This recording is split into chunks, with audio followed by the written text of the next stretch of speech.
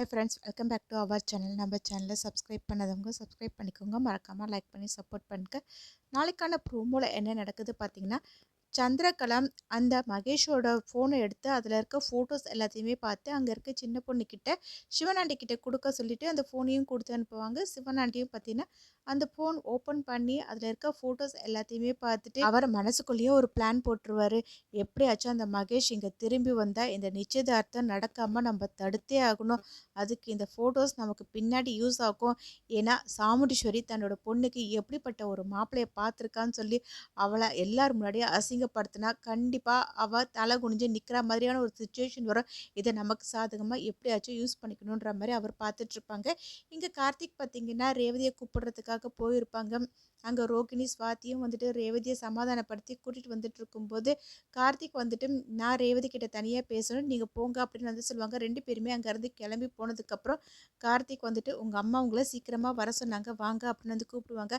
அப்போ ரேவதி வந்துட்டு எப்படி எங்கள் அம்மா சொல்கிற விஷயத்த என்னால் பண்ண முடியும் சொல்லு, எனக்கு மகேஷை ரொம்ப பிடிச்சிருக்கு, அவரை தான் கல்யாணம் பண்ணிக்க போகிறேன்ற ஆசையில் நான் இருந்தேன். இப்போ எங்கள் அம்மா வந்துட்டு மகேஷை தேடாமல் உன்னை வந்து நிச்சயதார்த்தம் பண்ணிக்க சொல்லி சொன்னால் எப்படி என்னால் எல்லாத்தையும் ஏற்றுக்க முடியும்னு சொல்லி, எனக்கு இதில் கொஞ்சம் கூட விருப்பமே கிடையாது. ஏன்னா எனக்கு மகேஷை தான் ரொம்பவே பிடிச்சிருக்கு அப்படின்வாங்க. அதை கேட்ட கார்த்திக் எனக்கு புரியுது, ஆனால் என்ன பண்ணுறது, சுச்சுவேஷன் அந்த மாதிரி அமைஞ்சிடுச்சு அப்படின்னு வந்து சொல்லுவாங்க.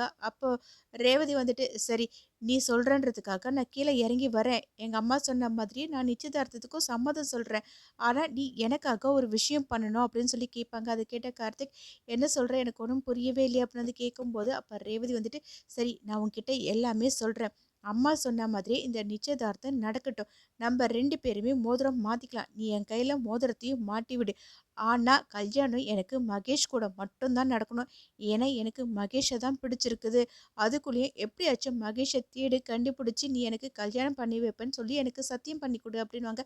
அதை கேட்ட கார்த்திகோ உங்கள் அம்மா இந்த ஊர் முன்னாடியும் அந்த சிவனாண்டி முன்னாடியும் தலை குனியக்கூடாதுன்ற ஒரே காரணத்துக்காக மட்டும்தான் நானும் இதுக்கு சம்மதம் சொல்கிறேன், நீ சொல்கிற மாதிரி நானும் பண்ணுறேன், இந்த நிச்சயதார்த்தம் மட்டும் எந்த ஒரு தடங்களும் இல்லாமல் நல்லபடியாக நடந்து முடிக்கட்டும், அதுக்கப்புறம் நீ சொன்ன மாதிரியே மகேஷை நான் தேடி கண்டுபிடிச்சி உன் முன்னாடி கொண்டு வந்து நிறுத்துகிறேன், நீ அவரையே கல்யாணம் பண்ணிக்கோ, இதில் எனக்கு எந்த ஒரு பிரச்சனையும் கிடையாது வா அப்படின்னு சொல்லி கூப்பிடுவாங்க.